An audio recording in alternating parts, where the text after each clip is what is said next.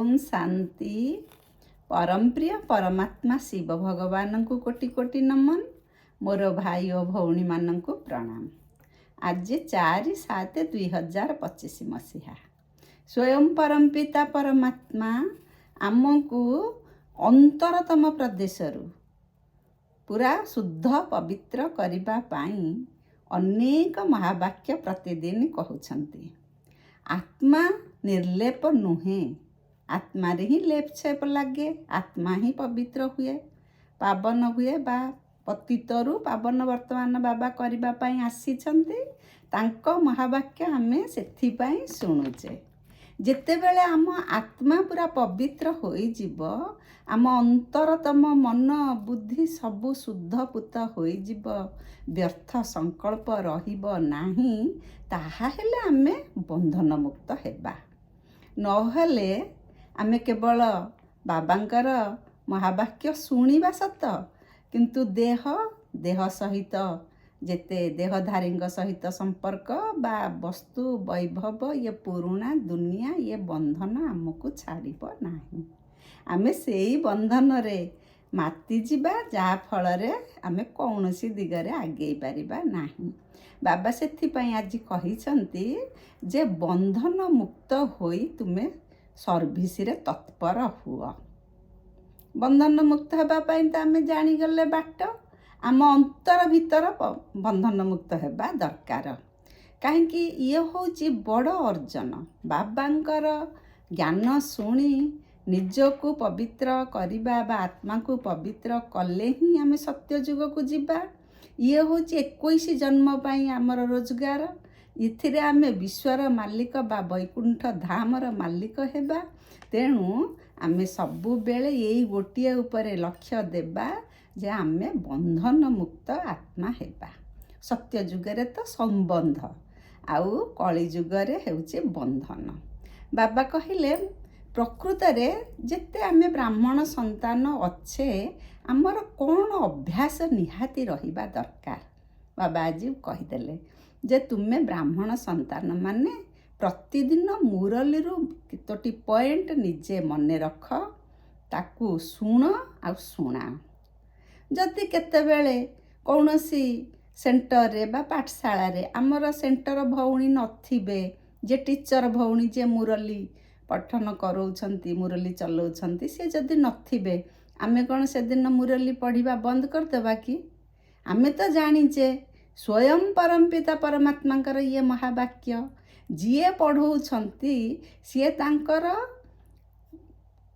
कौन सीए तांको तरफरु पढ़ौछंती। सीए तो निजे पढ़ु नांती ना, भगवान को तरफरु से पढ़ौछंती। तेणु आम भितरु जो माने पुरुषार्थी आत्मा जी भल पढ़ई पारिबे, जी ठीक रे भगवान को बाणी को बुझी छंती, सेमानंक द्वारा मुरली पठन करेइबा। केबे हेले मुरली मिस करिबा नाही। बाबा कहउछंती तुमे तो एते वर्ष हलाणी शुणी आसिलणी, निश्चित भाବରେ धारणा युक्त होइथिबो, निश्चित भाବରେ भगवानकर बाणी को बुझिथिबो। तेणु मुरली पढ़िबा बंद करिबा नाही, केबे हेले मुरली मिस करिबा नाही। बाबा कहिबा कथा जे जदि मन रे हमर ईर्षा आसिला अन्य प्रति, जे पढ़ौछंती जदि आमे तांको कहबा सीए की पाठ पढ़िछंती जे हमकु पढ़ेबे म, से कौन जानिछंती हमकु जणेइबे, ताहा हेले तुम मन रे खराब संकल्प आसीबो। दरकार पड़ले तुमे मुरली पढ़िबनी बा शुणिबनी, कि दरकार पड़ले बेल मन रे आसीबो भौणी तो नाहंती, आ कौन पाई स्कूल को जिबी बा जिबी आश्रम को जिबी, एमिति भावना आसीबो जदि पुणी तुमे आस्ते आस्ते बाबांकर हाथ छाड़ी दबो। तेणु बाबा यही आज यही कथाटा कहिले जे जदि कौनसी कारणवशतः भौणी अन्य सेंटर को सेवा देबा पई जाइछंती, कि कौनसी कारणवशतः नाहांती, मुरली पठन बंद करिबो नाही, निश्चित भावरे पढ़ेइबो। आमे तो जानिचे केवल सत्य जुगर तो राजा दरकार नहंती ना, पुणी प्रजा दरकार। तेणु निजे केमती निज परी तो काहाकू तैयारी कले प्रजा हेबे ना। तेणु पाठ पढ़िबा पढ़ेइबा, बुझिबा बुझेइबा। ଆଜି ବାବା କହିଲେ ମୁଖୁଡ଼ା ଦେଖିଲେ ପ୍ରାଣୀ ଜରା ଦର୍ପଣ ମେ। ଆମେ ନିଜର କ'ଣ ଉନ୍ନତି ହେଇଛି ଅବନତି ହେଇଛି, କେତେ ପାପ କରୁଛେ କେତେ ପୁଣ୍ୟ କରୁଛେ, ନିଜକୁ ନିଜେ ତର୍ଜମା କରିବା, ନିଜକୁ ନିଜେ ସଂସ୍କାର କରିବା। ନିଜର ବୁଦ୍ଧି ବିବେକକୁ ଆମେ ନିଜେ ହିଁ ପରିବର୍ତ୍ତନ କରିବା। ସେଥିପାଇଁ ଆମେ କ'ଣ କରିଛେ, କ'ଣ ଆମର ଅଭାବ ଅସୁବିଧା ଅଛି, ଆମେ ନିଜକୁ ନିଜେ ପଚାରି ବୁଝିବା। ବାବା ସେଇ କଥା କହିଲେ ଯେ ମୁରଲି ଶୁଣିବା ପୂର୍ବରୁ ଆମେ ସବୁବେଳେ ନିଜକୁ ଆତ୍ମା ବୋଲି ଭାବିବା, ଆଉ ପରମପିତା ପରମାତ୍ମା ଶିବ ଭଗବାନ ପଢ଼ଉଛନ୍ତି ବୋଲି ଭାବିବା। ଆମେ ଯେତେବେଳେ ପର୍ଯ୍ୟନ୍ତ ଏଥିରେ ନିଶ୍ଚୟ ବୁଦ୍ଧି ନ ହୋଇଛେ, ସେ ଭଲ ଭଉଣୀ ପଢ଼ଉଛନ୍ତି, ସେ ଭଉଣୀ ଭଲ ପଢ଼ାନ୍ତି, ସେ ଭଉଣୀଙ୍କର ଉଚ୍ଚାରଣ ଠିକ୍ ନାହିଁ, ତା ମାନେ ଆମର ନିଶ୍ଚୟ ବୁଦ୍ଧି ନାହିଁ। ଯାହା ବି ଯିଏ ବି କହୁଛନ୍ତି ସ୍ୱୟଂ ପରମପିତା ପରମାତ୍ମା ଆମ ସମ୍ମୁଖରେ ବସି ଆମକୁ ପଢ଼ଉଛନ୍ତି ବୋଲି ଏକ ଧ୍ୟାନରେ ଏକରସ ସ୍ଥିତିରେ ବାବାଙ୍କର ମହାବାକ୍ୟକୁ ଆମେ ଶୁଣିବା। ବାବା ଏ କଥା କହୁଛନ୍ତି। ବାବା ଯାହା କହୁଛନ୍ତି ସିଏ ହିଁ ତାଙ୍କର ମତ। ତାଙ୍କର ମତ ମାନେ ସିଏ ହେଲା ଶ୍ରୀମତ।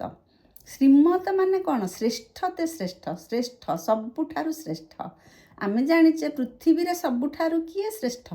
ଏ ସାରା ଦୁନିଆରେ ଶ୍ରେଷ୍ଠ ଯିଏ ରଚୟିତା, ସେ ହେଲେ ଶିବ ଭଗବାନ। ତେଣୁ ତାଙ୍କ ମୁରଲି ହେଲା ଶ୍ରୀମତ। ଆମେ ଶ୍ରୀମତରେ ବାଟ ଚାଲିବା, ଶ୍ରୀମତ ଅନୁଯାୟୀ ଯଦି ଚାଲିବା ତାହେଲେ ଆମେ ଆମର ଲକ୍ଷ୍ୟସ୍ଥଳରେ ପହଞ୍ଚି ପାରିବା। ଭଗବାନଙ୍କୁ ତ ଅନେକ ଲୋକ ଅନେକ ଭକ୍ତ ଡାକୁଛନ୍ତି, ଶିବଙ୍କୁ ବି ଅନେକ ଭକ୍ତ ପୂଜା କରନ୍ତି, କିନ୍ତୁ କାହିଁକି ସେମାନେ ନିଶ୍ଚୟ ବୁଦ୍ଧି ହୋଇପାରୁନାହାନ୍ତି ତାର କାରଣ ଆଜି ବାବା ବୁଝେଇଲେ। କ'ଣ ନା ସାଧାରଣତଃ ଲୋକଙ୍କର ଗୋଟେ ଧାରଣା ରହିଛି ସବୁରି ଭିତରେ ଭଗବାନ ଅଛନ୍ତି। ଭଗବାନ ସର୍ବବ୍ୟାପୀ, ମାନେ କୁକୁର ମାଙ୍କଡ଼ ପଥର ସବୁ ଭିତରେ ଭଗବାନ ଅଛନ୍ତି। ସେଥିପାଇଁ ବି ଲେଖା ହେଇଯାଇଛି ନର ଦେହେ ନାରାୟଣ। ଯଦି ମଣିଷ ଦେହରେ ଭଗବାନ ଅଛନ୍ତି ତାହେଲେ ଭଗବାନ କିଏ? ସମସ୍ତଙ୍କ ଦେହରେ ତ ସିଏ ଅଛନ୍ତି, ତାହେଲେ ସ୍ୱତନ୍ତ୍ରତା ତାଙ୍କର କ'ଣ ରହିଲା? ସେ କଥାଟା ଯେହେତୁ ଏ ଅଳ୍ପ ବୁଦ୍ଧିରେ ମଣିଷ ଜାଣିପାରୁନାହାନ୍ତି, ତେଣୁ ସର୍ବଜ୍ଞ ଜ୍ଞାନର ସାଗର ସ୍ୱୟଂ ପରମପିତା ପରମାତ୍ମା ଏ କଥାକୁ ବୁଝେଇ ଦେଲେ ଯେ ପ୍ରକୃତରେ ସ୍ୱୟଂ ପରମପିତା ପରମାତ୍ମା ଜ୍ଞାନର ସାଗର ଶିବ ଭଗବାନ, ସେ ହିଁ ପରମପିତା ପରମାତ୍ମା। ତାଙ୍କୁ ହିଁ ଆମେ ମନେ ପକାଇବା। ତାଙ୍କୁ ହିଁ ମନେ ପକାଇଲେ ଆମେ ସର୍ବ ସମୃଦ୍ଧିରେ ପରିପୂର୍ଣ୍ଣ ହେବା, ସତ୍ୟ ଯୁଗକୁ ଯିବା। ସେ ପତିତ ପାବନ ଆମକୁ ପାବନ କରିକି ଏ ଦୁଃଖ ଦୁନିଆରୁ ସୁଖ ଦୁନିଆକୁ ନେବେ। ସାଧାରଣତଃ ଯଦି ଆମେ ଭାବୁଛେ ଯେ ଶ୍ରୀକୃଷ୍ଣ ହେଉଛନ୍ତି ପରମାତ୍ମା କି ଅନ୍ୟ ଦେବାଦେବୀ, ଆମେ କାହାକୁ ଭାବୁଛନ୍ତି ଭକ୍ତ ଆତ୍ମା ମାନେ ପରମାତ୍ମା ବୋଲି, ଏଇଠି ବି ବାବା ବୁଝେଇ ଦେଲେ ଭଗବାନ ହେଉଛନ୍ତି ଅଜନ୍ମା, ନିରାକାରୀ। କିନ୍ତୁ ଶ୍ରୀକୃଷ୍ଣଙ୍କର ତ ଦେହ ଅଛି, ସେ ଦେହଧାରୀ। ଟିକିଏ ଟିକିଏ କଥାରେ ଆମେ ଉପରକୁ ହାତ ଟେକିକି କହୁଛେ, ଆଙ୍ଗୁଳି ଦେଖେଇକି ହି ଭଗବାନ ବୁଝିବେ ଏମିତି କହୁଛେ, ତାମାନେ ଆମେ ଏଇଠି ନିଶ୍ଚିତ ହେଇଯିବା ଯେ ପରମାତ୍ମା ସ୍ୱତନ୍ତ୍ର। ଶ୍ରୀକୃଷ୍ଣ ବି ଆମ ପରି ଗୋଟିଏ ଆତ୍ମା, କିନ୍ତୁ ସେ ପବିତ୍ରତମ ଆତ୍ମା। ତେଣୁ ସେ ନେକ୍ସଟ ଟୁ ଗଡ଼୍ ବୋଲି ବି କୁହାଯାଆନ୍ତି। ଆମେ ଏ କଥା ଭଲରେ ଜାଣିବା, ଯାହା ଫଳରେ ଆମ ମନରେ ଆଉ ସନ୍ଦେହ ରହିବନି। ଆମେ ନିଶ୍ଚୟ ବୁଦ୍ଧିରେ ପରମାତ୍ମା ହିଁ ଆମକୁ ପାଠ ପଢ଼ଉଛନ୍ତି ବୋଲି ଆମେ ଗ୍ରହଣ କରିନେବା। ଭକ୍ତମାନେ କ'ଣ, ଯେତେବେଳେ କାହାର ରୋଗ ହେଲା, ଦୁଃଖ ହେଲା, ସେଇ ସମୟରେ ଭାବନ୍ତି ହେ ଭଗବାନ ଆମକୁ ରକ୍ଷା କର, ବା ଅନ୍ୟ କାହାର ଯଦି ଦୁଃଖ ପଡ଼ିଛି ତାହେଲେ ତାକୁ ସେମାନେ ଦୟା ଦେଖାନ୍ତି ବା ତାଙ୍କୁ ସ୍ନେହ କରନ୍ତି, ଆଦର କରନ୍ତି। କିନ୍ତୁ ଭଗବାନ କେବେ ଦୁଃଖଦାତା ନୁହନ୍ତି, ସିଏ ସୁଖଦାତା। ତେଣୁ ତାଙ୍କୁ ହିଁ ଆମେ ସବୁବେଳେ ମନେ ପକାଇଲେ ଆମେ ସବୁବେଳେ ସୁଖ ଶାନ୍ତି ଆନନ୍ଦରେ ରହିବା। ଭଗବାନ ହିଁ ରକ୍ଷା କରୁଛନ୍ତି ବୋଲି ଯେଉଁ ଭାବୁଛେ, ପ୍ରକୃତରେ ଭଗବାନ ତ ରକ୍ଷା କର୍ତ୍ତା, କିନ୍ତୁ ଯିଏ ଯେଉଁ କାମ କରିବ ତାର ଫଳ ତାକୁ ଅବଶ୍ୟ ଭୋଗ କରିବାକୁ ପଡ଼ିବ। ଶ୍ରୀମଦ ଭଗବତ ଗୀତାରେ କୁହାଯାଇଛି ଯେ ଭଗବାନ ଉବାଚ କହିକି ଯେତେ ସବୁ ପାଠ ବା ଶିକ୍ଷା ଦିଆଯାଇଛି, ଗୀତା ଜ୍ଞାନ ବୁଝେଇ ଦିଆଯାଇଛି। ସ୍ୱୟଂ ପରମପିତା ପରମାତ୍ମା ସେ କଥାକୁ କ୍ଲିଅର କରୁଛନ୍ତି ଯେ ଇଏ ହେଉଛି ଭାରତ ଶାସ୍ତ୍ରରେ, ଭାରତର ସାଧୁସନ୍ଥମାନେ ଲେଖି ଯାଇଛନ୍ତି ଶ୍ରୀମଦ ଭଗବତ ଗୀତା। ଇଏ ଶାସ୍ତ୍ର ମତ, ମନୁଷ୍ୟ ମତ। କିନ୍ତୁ ପ୍ରକୃତରେ ଭଗବାନ ବର୍ତ୍ତମାନ ଏଇ ସଙ୍ଗମ ଯୁଗରେ, କଳିର ଶେଷ, ସତ୍ୟଯୁଗର ଆରମ୍ଭ, ଏଇ ସଙ୍ଗମ ଯୁଗରେ ସ୍ୱୟଂ ଆସି ଯେଉଁ ଗୁହ୍ୟ ରାଜ ସବୁ ବତଉଛନ୍ତି, ମାନେ ସୃଷ୍ଟିଚକ୍ରର କଥା, ଆତ୍ମାର କଥା, ସିଡ଼ିର କଥା, ଆମେ କେମିତି ଆତ୍ମା ଦିନକୁ ଦିନ ପବିତ୍ର ବା ସତ୍ୱପ୍ରଧାନରୁ ପୁଣି ତମ ପ୍ରଧାନ ହେଇଛେ, ଆଉ ଆମ ପୃଥିବୀର ଅବସ୍ଥା, ଭାରତର ଅବସ୍ଥା ଇତ୍ୟାଦି ଯେତେ ରାଜ ରହସ୍ୟ କେହି ଜାଣିନଥିଲେ, ସେଇ କଥାକୁ ବାବା ବୁଝଉଛନ୍ତି। ସିଏ ହେଲେ ଗୀତା ଜ୍ଞାନ ଦାତା, କିନ୍ତୁ ଗୀତା ଜ୍ଞାନ ଦାତା କେବେ ବି ଶ୍ରୀକୃଷ୍ଣ ନୁହନ୍ତି, ଆମେ ଏ କଥା ଜାଣିବା। ଆମ ପିଲାଙ୍କ ଭିତରେ ତ ନମ୍ବରବାର ପୁରୁଷାର୍ଥୀ ବଚ୍ଚା ଅଛନ୍ତି ନା, କିଏ ଭଗବାନଙ୍କୁ ପୁରା ରୂପେ ଚିହ୍ନି ଦେଇଛନ୍ତି, କିଏ ଭଗବାନଙ୍କ ଉପରେ 100% ପୁରା ବିଶ୍ୱାସ କରୁଛନ୍ତି, ଆଉ ବି କେତେକ ଅଛନ୍ତି ଯାଉଛନ୍ତି, ଶୁଣୁଛନ୍ତି, ବୁଝୁଛନ୍ତି, କିନ୍ତୁ 100ରୁ 100 ସେମାନେ କନଫର୍ମ କେଉଁ କଥାରେ ନାହାନ୍ତି। ତେଣୁ ବାବା କହିଲେ ଯେ ତୁମେ ନିଶ୍ଚିତ ଭାବରେ ଭଗବାନଙ୍କ ଉପରେ ନିଶ୍ଚୟ ବୁଦ୍ଧି କରି ଧାରଣାଯୁକ୍ତ ହୁଅ। ଧାରଣାଯୁକ୍ତ ହେଇ ମୁରଲୀର ପଏଣ୍ଟକୁ ମନେ ରଖି ଅନ୍ୟମାନଙ୍କୁ ପାଠ ବୁଝେଇ ଦିଅ। କାହିଁକି ନା ଭଗବାନ ତ ନିରାକାର ନା, ସିଏ ତ କାହାର ମାଧ୍ୟମରେ ହିଁ ପାଠ ପଢ଼ଉଛନ୍ତି। ତେଣୁ ଆମେ ବି ଗୋଟେ ବାବାଙ୍କର ସହଯୋଗୀ ଆତ୍ମା ହୋଇ ବାବାଙ୍କର ପାଠ ଅନ୍ୟମାନଙ୍କୁ ବୁଝେଇବା, ଏଇ ଦୁନିଆ ବା ଦୁଃଖ ଦୁନିଆକୁ ସୁଖ ଦୁନିଆରେ ପରିବର୍ତ୍ତନ କରିବାରେ ଆମେ ଭାଗିଦାର ହେବା। ବାବା କହିଲେ ଏଇଟା ହେଉଛି ଆମର ସର୍ଭିସ୍, ଇଏ ହେଉଛି ଈଶ୍ୱରୀୟ ସେବା। ଆମେ ସବୁବେଳେ ଖୁସି ହେବା କଥା ନା। ଯଦି ବାଇଚାନ୍ସ କେତେବେଳେ କୌଣସି ସେଣ୍ଟରରେ ଜଣେ ଭଉଣୀ ନାହାନ୍ତି, ଆମକୁ ପାଠ ପଢ଼େଇବାର ସୁଯୋଗ ମିଳୁଛି, ତାହେଲେ ବହୁତ ଖୁସି ହେବା କଥା, କାରଣ ଇଏ ଗୋଟିଏ ଈଶ୍ୱରୀୟ ସେବା। ଏଥିପାଇଁ ସବୁବେଳେ ଯଦି ଆମେ ଭାବିବା ଯେ ମୁଁ ନିମିତ୍ତ, ମୁଁ କିଛି କହୁନି, ଯାହା ଲେଖା ହେଇଛି, ଯାହା କୁହାଯାଉଛି ସବୁ ସ୍ୱୟଂ ପରମପିତା ପରମାତ୍ମା ମୋ ମାଧ୍ୟମରେ କୁହାଉଛନ୍ତି, ତାହେଲେ ତ ଆମକୁ କିଛି କଷ୍ଟ ପଡ଼ିବନି। ଭଗବାନ ତ କରନ କରାବନହାର ସବୁବେଳେ ଆମେ ଜାଣିଛେ, କରି କରାଉ ଥାଏ ମୁହିଁ ମୋ ବିନୁ ଅନ୍ୟ ଗତି ନାହିଁ। ତେଣୁ ଭଗବାନ ହିଁ ପଢ଼ଉଛନ୍ତି। ଆମେ ଏଇ ଗୋଟିଏ କଥା ଭାବି ମୁରଲୀ ମିସ୍ କରିବା ନାହିଁ। ଯଦି ଦରକାର ପଡ଼ିବ ଆଶ୍ରମରେ ହେଉ ବା ନିଜେ ସେଣ୍ଟର ଘରେ ଖୋଲିକି ହେଉ, ମୁରଲୀ ମାଧ୍ୟମରେ ଅନେକ ଲୋକଙ୍କର ଆତ୍ମାକୁ ଆମେ ପରିବର୍ତ୍ତନ କରିବାରେ ସାହାଯ୍ୟ କରିବା ବା ଏଇ କର୍ମରେ ତତ୍ପର ରହିବା। ବନ୍ଧନ ମୁକ୍ତ ପିଲାମାନେ କେବଳ ଏ ପ୍ରକାର ସର୍ଭିସ୍ କରିପାରିବେ। ଇଏ କେତେ ଲୋକ ଅଛନ୍ତି ଗଭର୍ଣ୍ଣମେଣ୍ଟରେ ଚାକିରି କରିଛନ୍ତି, ସେମାନେ ଯେଉଁ ଦରମା ପାଉଛନ୍ତି, ସିଏ ମନେ ମନେ ଭାବୁଛନ୍ତି ଇଏ ସବୁଠୁ ସ୍ୱର୍ଗ ସୁଖ, ଆଉ ଆମକୁ ସମୟ କାହିଁ, ଆମେ କେତେବେଳେ ଯାଇକି ଏ ଧନ୍ଦା କରିବୁ।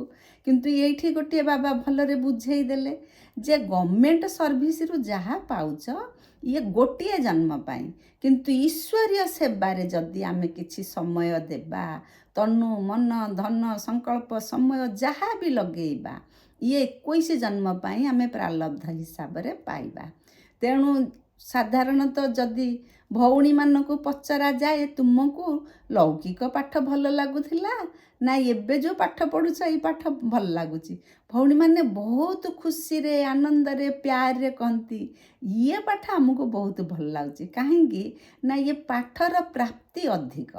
ଅନ୍ୟ ଯେକୌଣସି ପାଠ ପଢ଼ିଲେ ଆମେ ଯାହା ବି ରୋଜଗାର କରିବା ଏଇଠି ରଖିବା, ଏଇଠି ଉନ୍ନତି ବୋଲି ଭାବିକି ୟାକୁ ଏଇଠି ଖର୍ଚ୍ଚ କରିକି କାକବିଷ୍ଠା ସମାନ ଇଏ ମାୟା ଜଞ୍ଜାଳରେ ମାୟା ମୋହରେ ପଡ଼ି ଖୁସିରେ ରହିଛେ ବୋଲି ଭାବିବା, କିନ୍ତୁ ପ୍ରକୃତରେ ସେ ହେଉଛି ଦୁଃଖ। ସେ ବିନାଶୀ ଧନ ସବୁକୁ ଛାଡ଼ିକି ଆମେ ନିଶ୍ଚୟ ସଂସାରରୁ ଯିବା।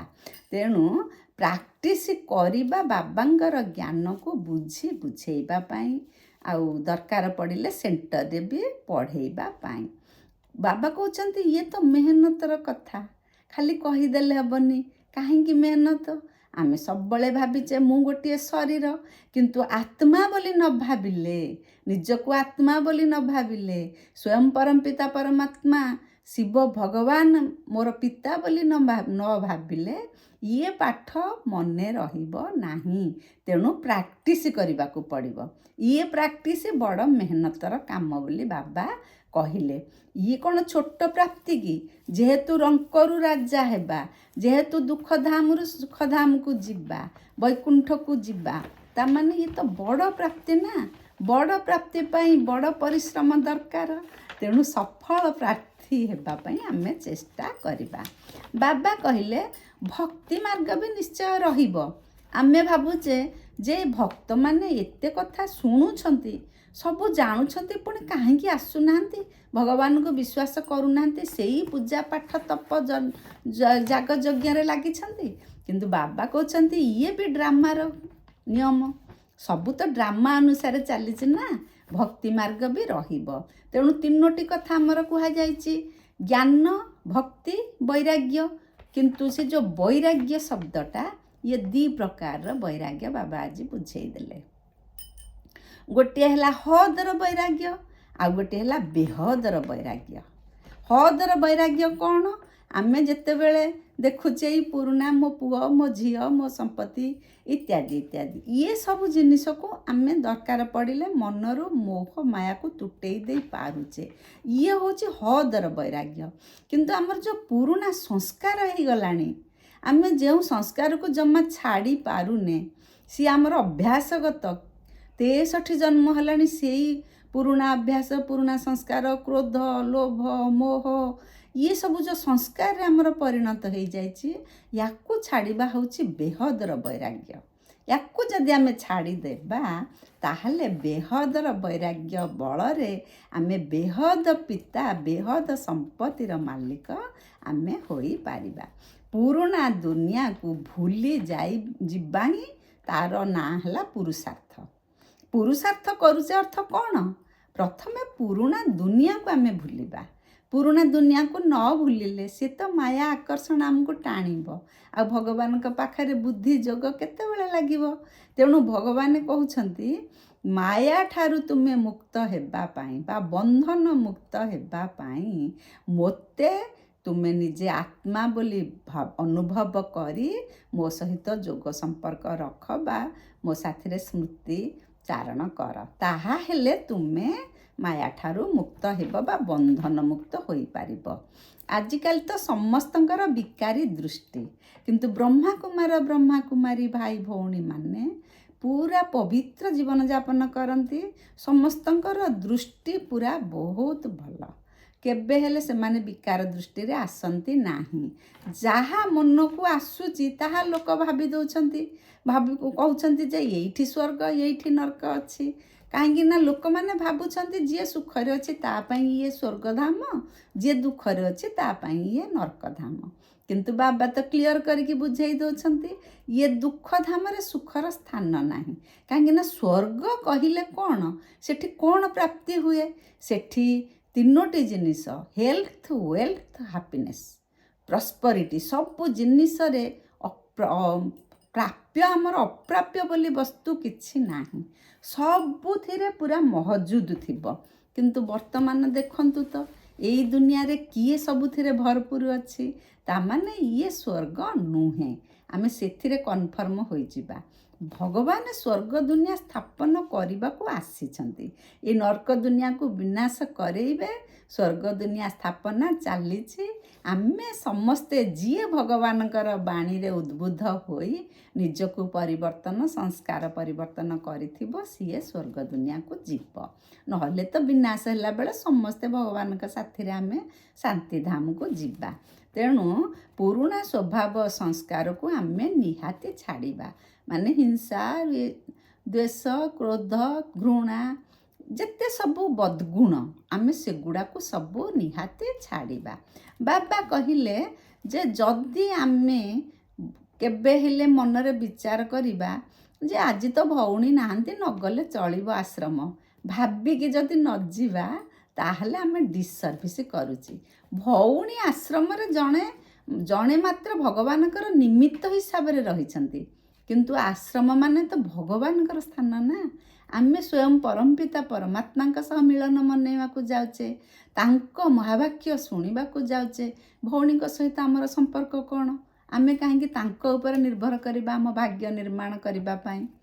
ବାବା କହିଲେ ଯେ କେତେ କେତେ ଅଛନ୍ତି ଭଉଣୀମାନେ, ଭାଇ ଭଉଣୀମାନେ ଅଛନ୍ତି, ଭଉଣୀ ନାହାନ୍ତି ମାନେ ସିଏ ଆଉ ଆଶ୍ରମକୁ ଯିବେ ନାହିଁ। ସେଥିପାଇଁ ବାବା ଆଜି ବାର ବାର ସେ ଗୋଟିଏ କଥା ଉପରେ ବହୁତ ଧ୍ୟାନ ଦେବା ପାଇଁ କହିଛନ୍ତି।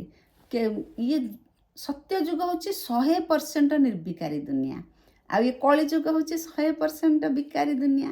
ତେଣୁ ଆମେ ବିକାର ଦୁନିଆରେ ରହିଛେ, 100% ବିକାର ହେଇକି ରହିଛେ। ତେଣୁ ଆମେ ନିର୍ବିକାରୀ ଦୁନିଆକୁ କେମିତି ଯିବା?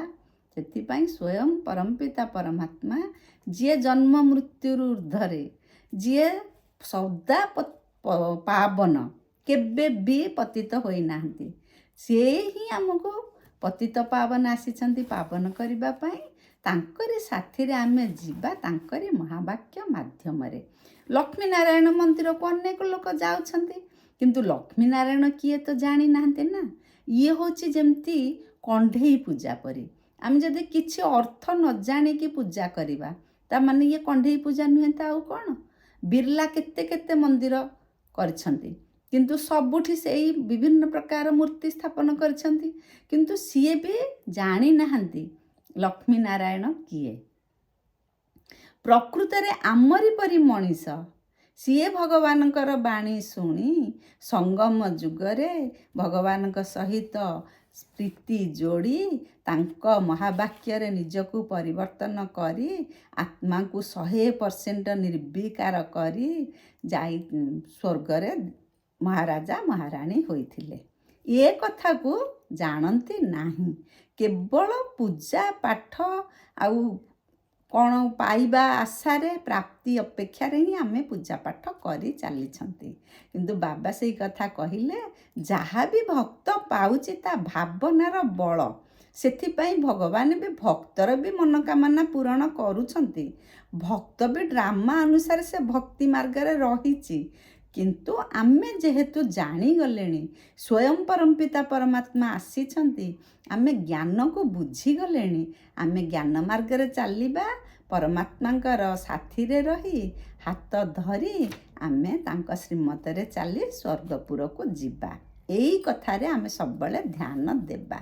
ଭଗବାନ ଭକ୍ତ ଲୋକ ବି ବେଳେ ସମସ୍ତେ କୁହନ୍ତି ଆପଣ ପୂଜ୍ୟ, ଆପଣ ପୂଜାରୀ। ପ୍ରକୃତରେ ଆମେ ଦେଖିଛେ, ଧରନ୍ତୁ ଅନ୍ୟ ହନୁମାନଙ୍କୁ ଜଣେ ପୂଜା କରୁଛନ୍ତି ଦେବତା ହିସାବରେ ବା ଭଗବାନ ହିସାବରେ, ପୁଣି ହନୁମାନ ରାମଙ୍କୁ ପୂଜା କରୁଛନ୍ତି, ତାମାନେ ସେ ହିଁ ପୂଜ୍ୟ, ସେ ହିଁ ପୂଜାରୀ ହେଉଛନ୍ତି।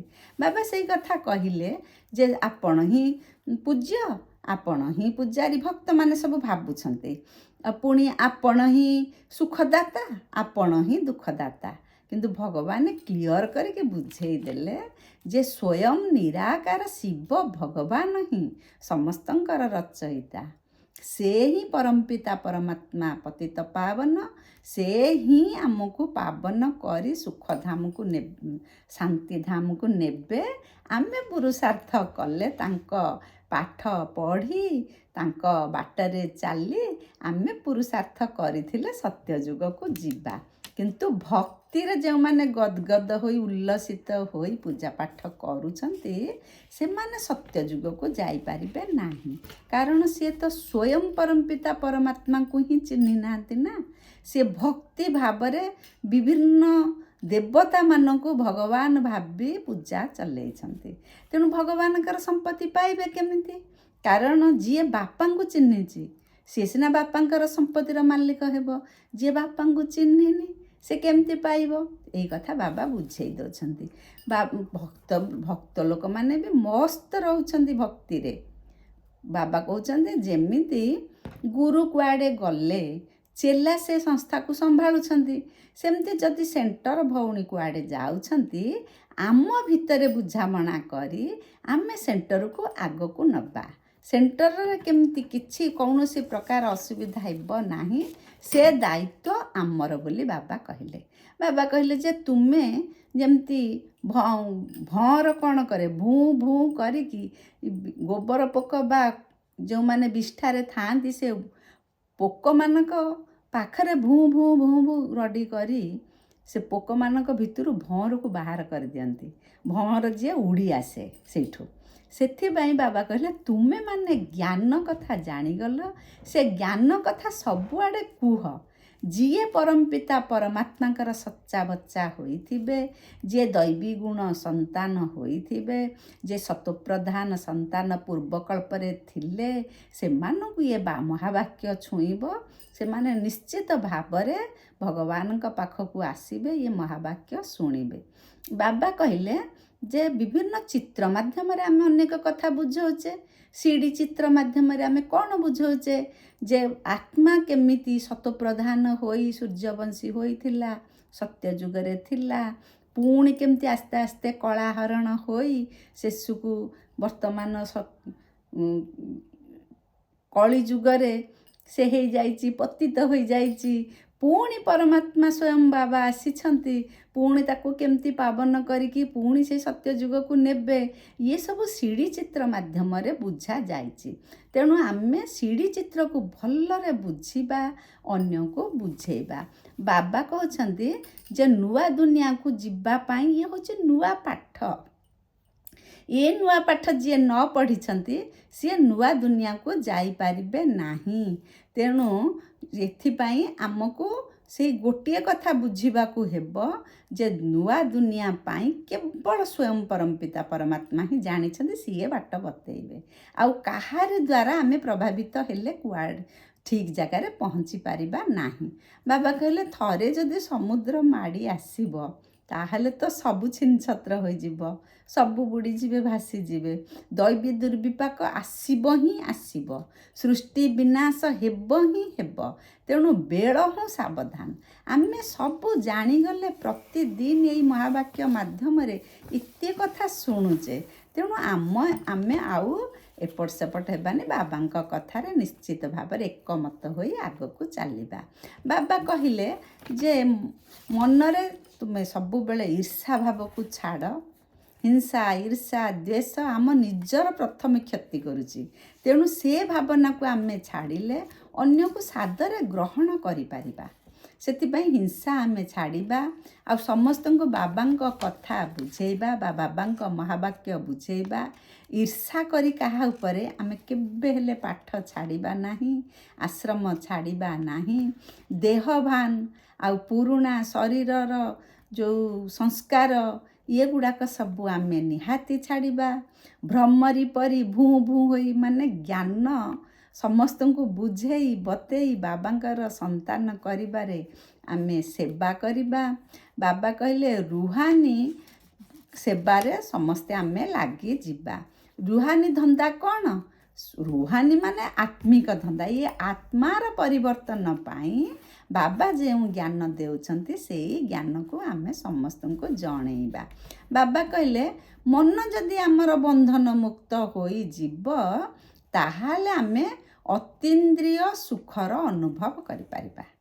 ମନ ତୋହର ନିଜ ଗୁରୁ, ଉଦ୍ଧବ କେତେ ତୁ ପଚାରୁ। ମନ ଯଦି କଳୁଷିତ ରହିଲା, ମନ ଯଦି ପ୍ରସନ୍ନଚିତ୍ତ ନ ରହି ପ୍ରଶ୍ନଚିତ୍ତ ରହିଲା, ବ୍ୟର୍ଥ ସଂକଳ୍ପ ସବୁବେଳେ ମନ ଭିତରେ ଆନ୍ଦୋଳିତ କଲା, ତାହେଲେ ମନ କେମିତି ବନ୍ଧନ ମୁକ୍ତ ହେବ? ତେଣୁ ବାବା କହିଲେ ଯେ ବ୍ୟର୍ଥ ସଂକଳ୍ପ, ଈର୍ଷା ଆଉ ଖାମଖିଆଲି ମନୋଭାବ, ଆଳସ୍ୟ ସଂକଳ୍ପ ଏଗୁଡ଼ାକ ସବୁ ମନର ବନ୍ଧନ ସୃଷ୍ଟି କରେ ମନରେ। ତେଣୁ ଏଗୁଡ଼ିକରୁ ଆମେ ମୁକ୍ତ ରହିବା। ବିଶେଷ ଭାବରେ ଆମେ ସଙ୍ଗମ ଯୋଗୀ ଆତ୍ମା ହେଇଛେ। ଅତୀନ୍ଦ୍ରିୟ ସୁଖରେ ଆମେ ଝୁଲିବା କଥା, କିନ୍ତୁ ଅତୀନ୍ଦ୍ରିୟ ସୁଖ ପାଇବା ପାଇଁ ଆମ ମନରେ ସବୁବେଳେ ସଂକଳ୍ପ ଆମର ମଜବୁତ ରହିବା ଦରକାର, ସମର୍ଥ ସଂକଳ୍ପ ରହିବା ଦରକାର, ଆଉ ଖୁସିର ଅନୁଭବ ସବୁବେଳେ ରହିବା ଦରକାର। ଖୁସି ଅନୁଭବ କେମିତି କରିବା? ଯଦି ମନରେ ଈର୍ଷା ହିଂସା ଦ୍ୱେଷ ସବୁ ବିକାର ଗୁଣ ରହିବ, ଆମେ ତ କେବେ ହେଲେ ଖୁସି ରହିପାରିବା ନାହିଁ। ମନ ସରଳ ଶୁଦ୍ଧ ଖୁସି ରହିବା ପାଇଁ ମନକୁ ପବିତ୍ର କରିବା ଦରକାର। ତେଣୁ ଅନ୍ୟ କାହାର ଦୋଷ ଦୁର୍ବଳତା ଆମେ ଦେଖିବା ନାହିଁ। ସ୍ୱଚିନ୍ତନରେ ମସଗୁଲ ରହିଲେ ପର ଦୋଷ ଦର୍ଶନରୁ ମନ ଆପେ ଆପେ ମୁକ୍ତ ରହିବ। ତେଣୁ ସ୍ୱଚିନ୍ତନ ଆମେ କରିବା। ନିଜେ ଏଇ ଯେଉଁ ସାଧାରଣ ବୋଲି ଭାବୁଛେ, କାହାକୁ ଈର୍ଷା କରିବା ହିଂସା କରିବା କ୍ରୋଧ ଯେତେ ସବୁ ଛୋଟ ଛୋଟ କଥା, ଏଗୁଡ଼ାକ ବି ମନକୁ କେବେ ହେଲେ ବନ୍ଧନ ମୁକ୍ତ କରେ ନାହିଁ। ତେଣୁ ଏଠାରୁ ଆମେ ଦୂରେଇ ରହିବା। ଅନ୍ୟ ପାଇଁ ଆମେ ମୁକ୍ତିଦାତା ହେବା। କେମିତି ମୁକ୍ତିଦାତା ହେବା? ନିଜେ ସିନା ନିଜକୁ ମନ ଆମର ବନ୍ଧନ ମୁକ୍ତ ହୋଇଥିଲେ ଅନ୍ୟକୁ ମୁକ୍ତିର ପଥ ଦେଖେଇବ, ବା ଯାହାର ଯାହା ଅସୁବିଧା ହେଉଛି ସେଇ ସମୟରେ ତାକୁ କିଛି ସହଯୋଗ କରିବ। ନିଜେ ଯଦି ବନ୍ଧନ ମୁକ୍ତ ନ ହୋଇଥିବା କେମିତି ମୁକ୍ତିଦାତା ହେବା? ସେଥିପାଇଁ ସବୁବେଳେ ଆମେ ଆମର ମନ ଉପରେ ନଜର ଦେବା। ମନ ବୁଦ୍ଧି ସଂସ୍କାର ଏଇ ତିନୋଟିକୁ ନେଇକି ତ ଆମ ଆତ୍ମା ନା। ତେଣୁ ଆତ୍ମାକୁ ପବିତ୍ର କରିବା ପାଇଁ ଏଇ ତିନୋଟି ଉପରେ ଆମେ ଧ୍ୟାନ ଦେବା। ଏମିତି ଖୁସିର ଖଣିରେ ସମ୍ପୂର୍ଣ୍ଣ ରହିବା, ଯାହା ଆମ ପାଖକୁ ଦୁଃଖର ଲହରୀ ବି ଆସିପାରିବ ନାହିଁ। ସବୁବେଳେ ଯଦି ଆମ ମନ ସବୁବେଳେ ଅତୀନ୍ଦ୍ରିୟ ସୁଖର ଝୁଲାରେ ଝୁଲିବ, ସବୁବେଳେ ଭଗବାନଙ୍କ ପ୍ରୀତିରେ ଲୀନ ହୋଇ ରହିବ, ତାହେଲେ ଆମ ପାଖକୁ ଦୁଃଖ ଆସିବ କେମିତି? ଦୁଃଖ ତ ଆସିବା କଥା ଆସିବ। ଇଏ ହେଉଛି ମାୟା ବା ଇଏ ହେଉଛି ଦୁଃଖ ଦୁନିଆ। କିନ୍ତୁ ଆମକୁ ଅନୁଭବ ହେବନି। କାହିଁକି ନା ଆମ ମନ ତ ମସଗୁଲ ଥିବ ବାବାଙ୍କ ପାଖରେ। ତେଣୁ ଦୁଃଖର କିଛି ଅନୁଭବ ହେବ ନାହିଁ। ଓମ୍ ଶାନ୍ତି। ବାବା ତ ଅନେକ ମହାବାକ୍ୟ ପ୍ରତିଦିନ ଶୁଣାଉଛନ୍ତି ଆମକୁ ନରରୁ ନାରାୟଣ କରିବା ପାଇଁ। ତେଣୁ ଇଏ ଛୋଟ ମୋଟ ପ୍ରାପ୍ତି ନୁହେଁ। ଇଏ ପ୍ରାପ୍ତି ପାଇବା ପାଇଁ ପୁରୁଷାର୍ଥ ନିହାତି ଦିନକୁ ଦିନ ବଳବତ୍ତର ରଖିବା ବା ଅଧିକ ମାତ୍ରାରେ କରିବା। କାହିଁକି ନା ଆମେ ଜାଣୁଛେ ବିନାଶ ସମୟ ଏକଦମ ସମୀପ ହୋଇଗଲାଣି। ଅନ୍ୟ ଆତ୍ମା ସିନା ବୁଝିପାରି ନାହାନ୍ତି, ଆମେ ବ୍ରାହ୍ମଣ ଆତ୍ମା ଏ କଥା ବାର ବାର ଭଗବାନଙ୍କ ପାଖରୁ ଶୁଣି ଶୁଣି ବିଶ୍ୱାସ କରିଛେ। ତେଣୁ ଆଉ କୌଣସିଥିରେ ମନ ଦେବା ନାହିଁ। ଓମ୍ ଶାନ୍ତି। ମୋର ପ୍ରିୟ ଭାଇ ଓ ଭଉଣୀମାନେ ଖୁବ୍ ଆନନ୍ଦରେ ସ୍ନେହରେ ପ୍ରେମରେ ନିଜର ଉନ୍ନତି କରିବା ସଙ୍ଗେ ସଙ୍ଗେ ସମସ୍ତଙ୍କର ଉନ୍ନତି କାମନା ଆମେ କରିବା। ଓମ୍ ଶାନ୍ତି।